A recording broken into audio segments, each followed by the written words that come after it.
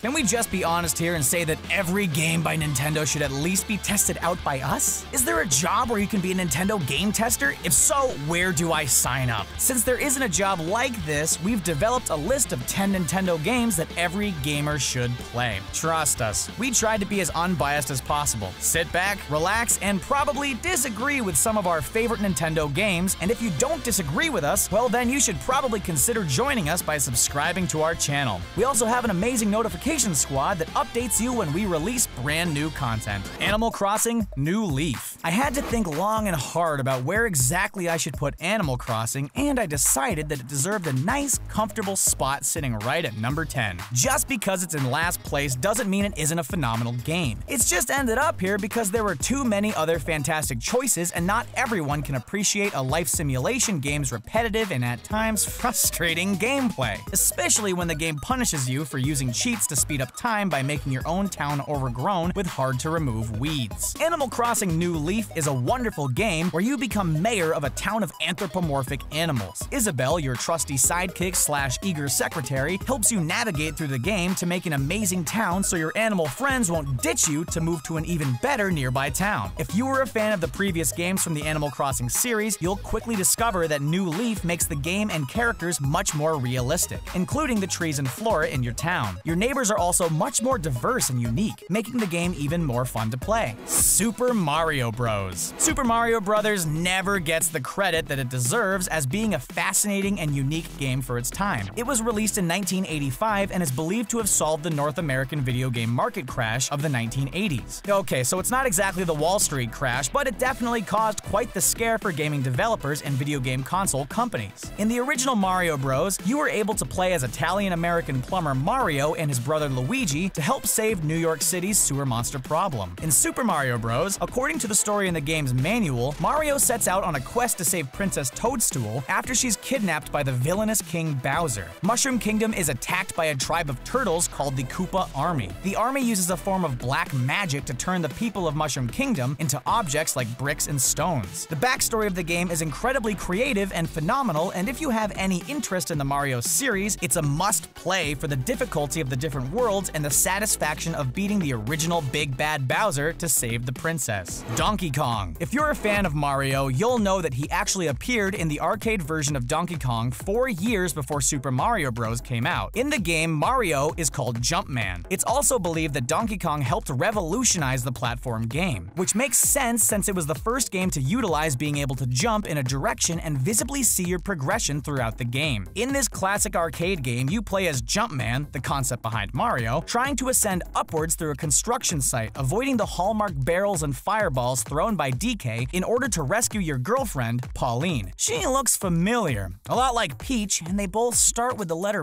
P. But that's none of my business. Donkey Kong was amazingly revolutionary for its time and deserves a spot as one of Nintendo's best games. It was a tough choice between this and Donkey Kong Jr., but the original just narrowly made the cut. The Legend of Zelda: A Link to the Past. If you were to ask any fan of Zelda which game to play, I think they'd all direct you towards the same one. The Legend of Zelda: A Link to the Past. This classic action-adventure game was the third installment of the Zelda series using the top-down perspective that we loved in the original. This Zelda game also was the introduction to a few commonplace elements like the concept of the alternate world and the Master Sword. In Link to the Past, you play as Link traveling on a journey to save Hyrule and defeat Ganon as you rescue maidens related to the sages. There were quite a few problems in the first two games, because we all know third time's the charm. The controls for Link were much more flexible since he could walk diagonally, and his sword was improved to swing sideways instead of just stabbing forward, giving you a much better range while fighting off enemies. This just proves that there's nothing better than the classics, especially when it comes to playing the Zelda series. Tetris. Tetris has quite the storied history behind such a simple concept for a game using game pieces shaped like tetrominoes, geometric shapes composed of 4 square blocks each. The game was originally created by Alexei Pajitnov, an artificial intelligence researcher at the Soviet Academy of Sciences in Moscow. Pajitnov's job was to test new hardware. He would do this by writing simple games for them. His computer could only create text-based displays, so the tetrominoes were formed from letters. Since these letters quickly filled the screen, he decided to delete them, an important element of the game that would eventually become Tetris. The game was named Tetris because of the combination of tetrominoes in the game and his favorite sport of tennis. The game quickly took off around Moscow and ended up becoming the first entertainment software exported from the USSR to the United States. Dozens of companies claimed rights for Tetris, but it would be the Game Boy that both made Tetris widely popular in the United States and vice versa. So eventually, Nintendo gained the rights and the Tetris company was formed to make sure that the United States didn't see any other Tetris-like games. No matter what though,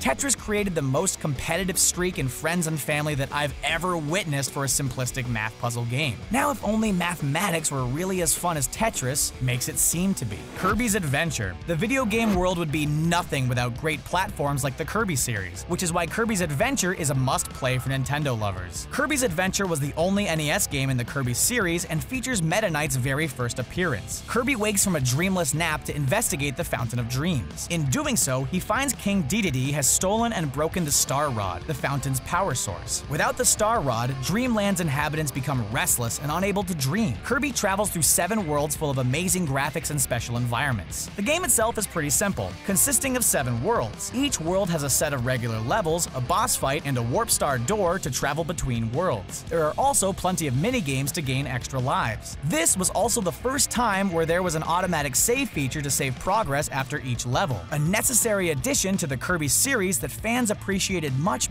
more than could be described in just one sentence. Super Mario Kart. There is no way that we can talk about Nintendo games without including Super Mario Kart in the discussion. This was a staple game to the Mario series, ruining countless friendships and relationships along the way. The game featured 8 playable characters from the Mario series, with each character supporting their own special engine sound. The game also had 20 race courses and 4 battle courses where it would be divided into 4 playable cups. Each player's place would be divided upon by points in the game and how well they did on each race in a 4-part series. No one ever dared play Rainbow Road, and if we did, then we're currently walking around with some thick glasses for daring to play the game on tiny televisions, not quite ready for the graphics of this race course. There was nothing more rewarding in life than seeing that message pop up on your screen, giving you a rightfully earned title of the Super Mario expert that you always knew you deserved after beating all the cups in the 150cc class. Super Mario RPG. Look, I really don't want to put 2 Mario games back to back, but it just couldn't be helped in this case. Super Mario RPG is probably one of the most underrated games of all time, and I say that with complete confidence. It was the first Mario role-playing game, and the success was overshadowed by Super Mario 64. There's nothing wrong with that game, but it in no way surpasses the gameplay and story of Super Mario RPG. In Super Mario RPG, the first cutscene features Bowser kidnapping Princess Toadstool in a Koopa Clown car, and hilarity, well, just ensues after that. Mario is able to fight with 2 of his 4 partners during battles, which makes the game even more unpredictable and enjoyable. The game also features plenty of mini-games and 7 outstanding worlds to explore with your characters. If you're a fan of Mario, you have to play this series just to say you visited Yoster Island. It's an island full of Yoshis and even has a blue Yoshi sporting sunglasses named Boshi. There's nothing better than a game that made Yoshis into hipster island dwellers without even second-guessing itself. Pokémon Red and Blue. I bet you thought I was gonna make it through this entire list without referencing a Pokémon game. Well, that would have been unheard of. Either the American and Japan release proved that we were colorblind all along, or the marketing department felt that the patriotic colors would sell better in the West. Japan's version was Pokémon Red and Green, and the US had Pokémon Red and Blue. The blue version was made available in Japan, but only as a mail-in order special edition release with updated artwork and new dialogue. It didn't really matter which colors they went with because critics on either side gave the game outstanding reviews. The games were in fact so popular that they ended up in the Guinness Book of World Records in 2009 as both of the best-selling RPG games of all time. The story begins in Pallet Town, where the player meets Professor Oak, a famous Pokémon researcher. The professor explains that wild Pokémon may be living in the area and encountering them alone would prove to be dangerous. Your starter set will include either Bulbasaur, Squirtle, or Charmander. No matter what you do, your rival Pokémon trainer will always choose the stronger Pokémon to challenge you, and the two of you will continue to battle at certain points throughout the game. You'll also encounter gyms where you can train and battle others. The most influential part of the game, though, was the ability to trade. Although it was a new concept to the video game industry, it went over really well with players. Special Edition Pokémon Yellow could be added to your Game Boy, so you would also be given Pikachu as a starter Pokémon. Your rival would be given Eevee. The best thing about the Pokémon Red and Blue games was that there weren't special effects or violence to take away from children's imaginations and creativity. The Pokémon would just faint after an exhausting battle, and kids could be as creative as they wanted to with naming their tiny pocket monsters. Although this may have been taken a bit too far with the older children, it was still a fun addition to the game. Xenoblade Chronicles. With the release of Attack on Titan Season 2, I've been eagerly thinking of ways to get my Titan fix, and what better way than a game like Xenoblade Chronicles. Xenoblade Chronicles has one of the best storylines to date by Nintendo, which is why it's been ranked as the #1 game to play. Xenoblade Chronicles begins quite strangely as you discover you live on the frozen bodies of two enormous titans, Bionis and Mechonis. The two bodies flourished with life after they ended each other's lives. The people of Bionis, including the human-like Homs, are in perpetual war with the people of Mechonis. You learn that the key element to help fight off the Mechon machine race is by using the Monado, a sword that was rumored to be used by Bionis. Shulk, the main protagonist, discovers his ability to wield the Monado and sets out on a quest with his best friend Rain.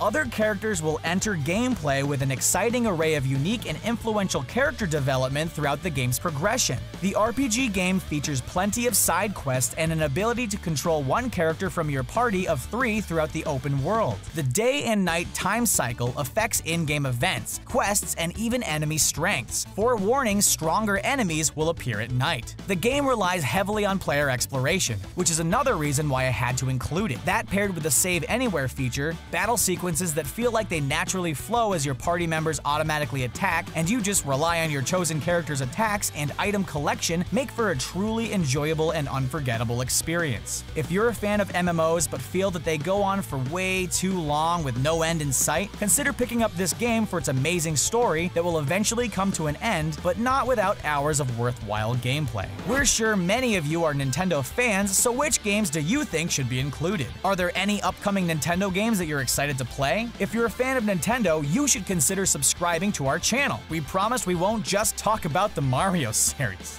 Thanks for watching.